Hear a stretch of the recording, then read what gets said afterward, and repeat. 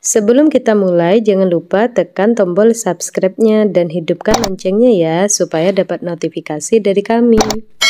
Bantu like dan share ya sobat, jika video ini bisa bermanfaat bagi orang lain. Terima kasih.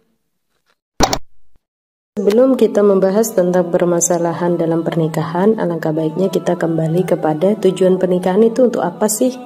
Kata Allah Subhanahu wa taala, "Wa min ayatihi an khalaqalakum min anfusikum azwaja litaskunu ilaiha wa ja'ala bainakum mawaddatan wa rahmah." Jadi, di antara kekuasaan Allah, Allah menciptakan di antara kalian itu saling berpasangan, menikahi suami, menikahi istri.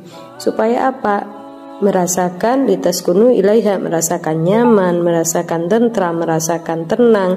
Jadi antara suami dan istri itu baiknya ada saling hubungan timbal balik, saling membuat nyaman pasangan kita. Di situ juga Allah mengatakan wa ja'ala bainakum mawaddatan wa rahmah, dan supaya dengan pernikahan itu kita merasa ingin terus bersamanya, berdua dengan suami kita atau suami dengan istrinya, dan tercipta rasa kasih sayang.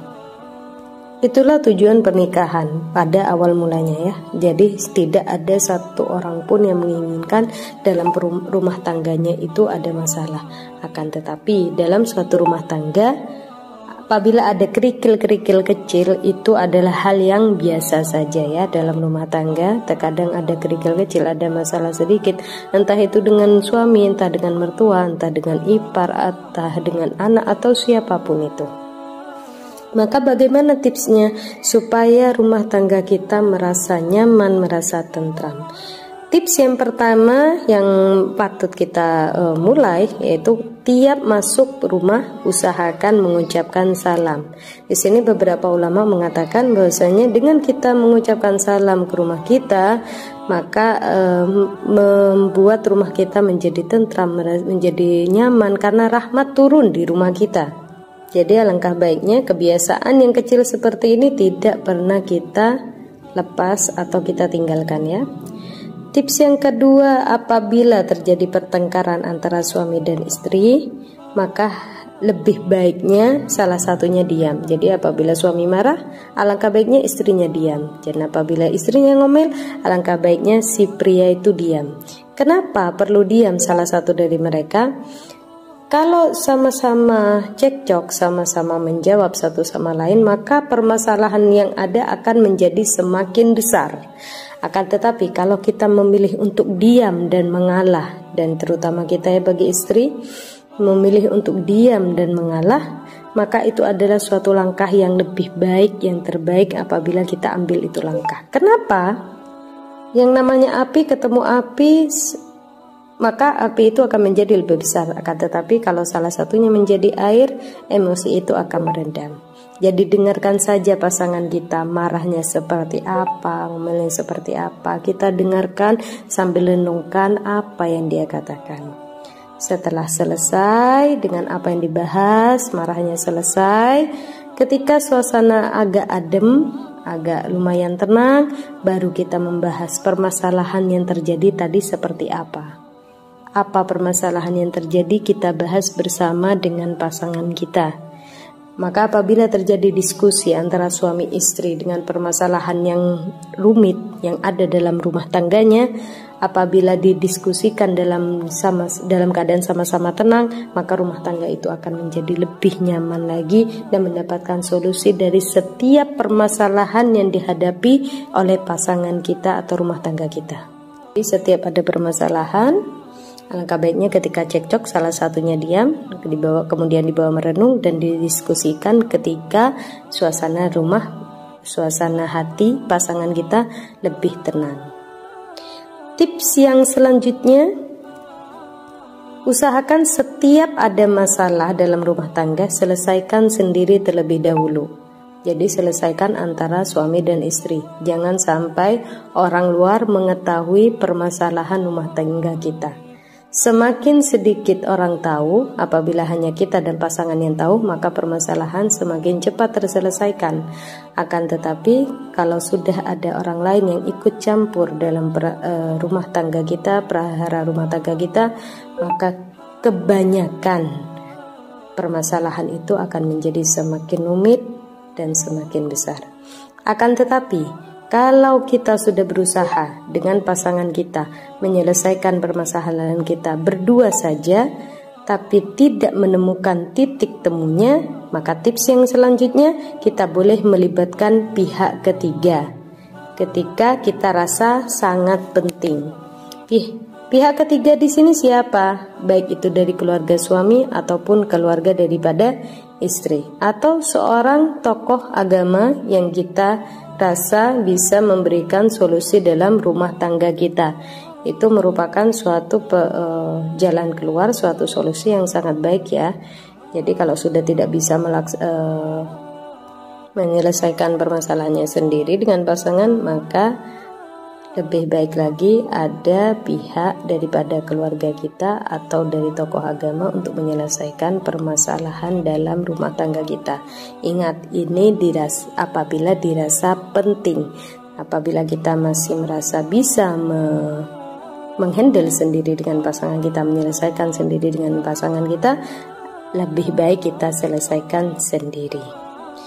Di sini hal ini juga dicontohkan oleh Rasulullah SAW ketika beliau ada suatu cekcok, suatu permasalahan yang dihadapi dengan Sayyidah Aisyah, ada salah paham sedikit. Maka di situ Rasulullah meminta Sayyidina Abu Bakar, yaitu ayah daripada Sayyidah Aisyah, untuk menyelesaikan permasalahan di antara keduanya, untuk menjadi hakimnya yang memberi nasihat kepada mereka. Padahal seorang Rasulullah kurang apa, tapi beliau menempatkan mertuanya untuk menyelesaikan masalahnya. Setiap apa yang dicontohkan oleh Rasulullah, apa yang Rasulullah hadapi itu, permasalahan rumah tangga Rasulullah dengan kita itu beda ya, jangan salah paham. Kalau permasalahan kita ya memang ujian dalam hidup kita, akan tetapi permasalahan yang dihadapi Rasulullah dalam rumah tangganya atau apapun itu menjadi sumber hukum supaya bisa dicontoh oleh kita umatnya. Jadi ketika Rasulullah meminta Sayyidina Abu Bakar untuk mendamaikan antara Rasulullah dengan Sayyidah Aisyah istrinya, di situ menjadi contoh buat kita untuk memilih daripada golongan keluarga kita untuk menyelesaikan permasalahan dalam rumah tangga kita, atau kalau sudah dirasa tidak bisa antara keluarga dari suami ataupun dari istri, kita bisa meminta tolong daripada tokoh agama. Selain daripada itu, apabila kita menghadapi rumah tangga yang bermasalah atau permasalahan dalam rumah tangga yang lagi rumit, hendaknya dihindari kata cerai. Apalagi buat seorang suami ya. Bagi seorang suami ketika mengatakan cerai satu kali, baik dia dalam keadaan sadar ataupun tidak, misal dalam keadaan mabuk ataupun marah, maka jatuh talak. Di sini banyak yang kurang memahami masalah ini. Terkadang di saat marah, itu tidak sah cerainya. Padahal dalam madhab kita mengatakan bahwasanya apabila suami itu mengatakan cerai, talak kepada istri walaupun dalam keadaan marah, bahkan ada ulama yang mengatakan walaupun dalam keadaan mabuk, dia itu tetap jatuh cerai. Jadi jangan main-main ya dalam pernikahan itu, hindari kata cerai, terlebih lagi bagi suami. Dan bagi kita seorang istri, jangan memancing-mancing suami untuk mengatakan cerai. Jadi sebagai seorang istri jangan dikit-dikit ceraikan saya, pulangkan saya sama orang tua saya. Itu adalah hal yang tidak baik dalam rumah tangga kita. Jadi yang awalnya suami sudah menjaga kata talak, suami sudah menjaga kata cerai, akan tetapi karena suka dipancing oleh istrinya, maka akhirnya si suami mengeluarkan kata cerai. Dan apabila sudah suami mengutarakan kata cerai, mengucapkan kata talak, maka jatuhlah talak. Jadi kita sebagai seorang istri, walaupun tidak ada hak bagi kita untuk mentalak, walaupun 1000 kali dari mulut kita mengucapkan talak cerai, tidak jatuh cerai kecuali mengajukan ke pengadilan agama. Tetapi alangkah baiknya sebagai seorang istri tidak sedikit-sedikit mengucapkan cerai, ceraikan saya, pulangkan saya sama orang tua saya, tidak baik ya karena itu.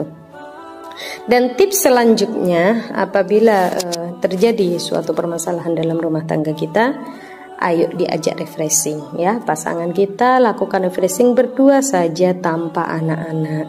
Jadi suasana romantis dalam rumah tangga itu sangat penting ya. Bukan hanya di awal-awal pernikahan saja atau setahun 2 tahun di pernikahan saja. Alangkah baiknya yang namanya romantis dalam rumah tangga itu kita pertahankan sampai akhir hayat kita. Bagaimana kita memperlakukan suami kita bak raja, dan seorang suami memperlakukan istrinya bak seorang ratu.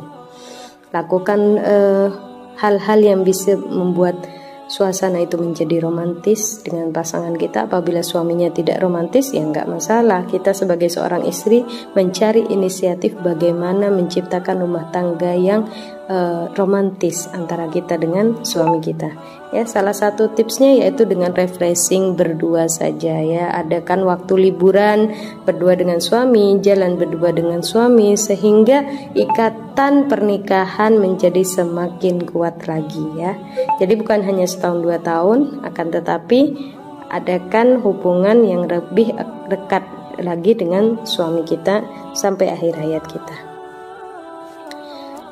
Tips selanjutnya, ketika kita menghadapi masalah dalam rumah tangga kita, ayo kembali lagi kepada Allah. Sebesar apapun masalah dalam rumah tangga kita, kata Allah apa? Kita mampu. Kata Allah, la yukallifullahu nafsan illa wus'aha.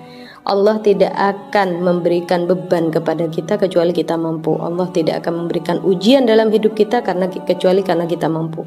Jadi yakin dengan janjinya Allah bahwasanya kita mampu menghadapi semuanya. Menghadap kepada Allah, jangan pernah tinggalkan sholatnya, menangis kepada Allah. Jika kita tidak bisa merubah pasangan kita, bagaimanapun dia, jeleknya dia, buruknya dia, kita nggak bisa merubah suami kita, kita tidak bisa merubah istri kita. Pasangan kita itu semua atas kendalinya Allah ya. Jadi kita cukup berdoa kepada Allah, kita minta sama Allah, mudah-mudahan kita dikasih sabar, dikasih ikhlas dalam menjalani rumah tangga kita, dan begitu pula kita mendoakan yang baik-baik buat pasangan kita. Setiap doa yang baik akan kembali kepada kita, apabila kita berdoa buruk pun akan kembali kepada kita. Jadi kalau kita menginginkan rumah tangga kita nyaman, tentram dan damai, maka hendaknya berusaha untuk mengucapkan doa-doa yang baik, yang baik-baik, sehingga yang baik-baik pula yang akan kembali kepada kita. Mungkin itu saja dari saya, mudah-mudahan bermanfaat bagi semuanya. Apabila dirasa bermanfaat, maka bagikan kepada orang lain. Terima kasih. Assalamualaikum warahmatullahi wabarakatuh.